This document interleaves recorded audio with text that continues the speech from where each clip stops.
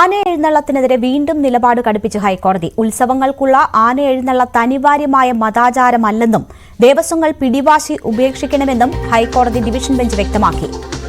ആജ്ഞ രവീന്ദ്രൻ വിവരങ്ങളുമായി ചേരുകയാണ്. ആജ്ഞ, നിലപാട് കൂടുതൽ കടുപ്പിക്കുകയാണ് കോടതി. എന്തൊക്കെയാണ് നിർദ്ദേശിച്ചിട്ടുള്ളത്?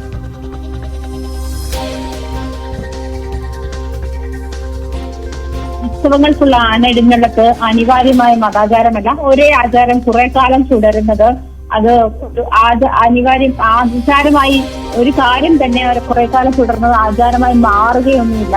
നേരത്തെ തന്നെ ഇത് കൊച്ചി ദേവസ്വത്തിലെ തന്ത്രിമാർ ഇക്കാര്യത്തിൽ, അതായത് ആചാരപരമായ ഒരു ചടങ്ങ്, ഹൈന്ദവ ആചാരപ്രകാരം ആനയെ തന്നെ ദേവനെ എഴുന്നള്ളിക്കണോ എന്നുള്ള കാര്യത്തിൽ തർക്കമുണ്ടായിരുന്നു.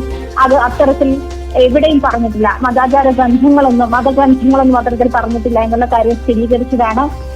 കരയിലെ ഏറ്റവും വലിയ ജീവി എന്നുള്ള നിലയിൽ ആന എഴുന്നള്ളിക്കുന്നത് മനുഷ്യന്റെ അഹന്തയാണ് എന്ന് നേരത്തെ തന്നെ ഹൈക്കോടതി പരാമർശിച്ചിട്ടുണ്ടായിരുന്നു. പക്ഷെ തിമിംഗലത്തെ കരയിലേക്ക് കൊണ്ടുവരാൻ പറ്റുമായിരുന്നെങ്കിൽ അത്തരത്തിലുള്ള തിമിംഗലത്തെ എഴുന്നള്ളിപ്പിക്കുന്ന രീതിയിലേക്ക് മനുഷ്യൻ അധപ്പതിക്കുമായിരുന്നു എന്നുള്ള കാര്യങ്ങളൊക്കെ ഹൈക്കോടതി നേരത്തെ ചൂണ്ടിക്കാട്ടിയിരുന്നു.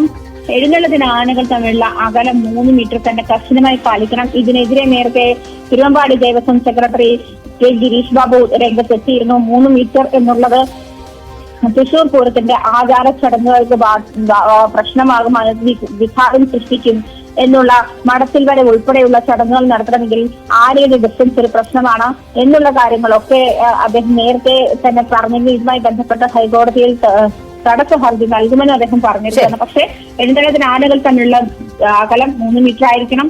ജനങ്ങൾക്ക് സുരക്ഷ പരിഗണിച്ച് തന്നെയാണ് ആനകളുടെ അകലം 3 മീറ്റർ പരിധി നിശ്ചയിച്ചിരിക്കുന്നതാണ്. നിലപാട് കൂടുതൽ കടുപ്പിക്കുകയാണ് കോടതി. ആജ്ഞ രവീന്ദ്രനാണ് വിവരങ്ങൾ നൽകിയത്.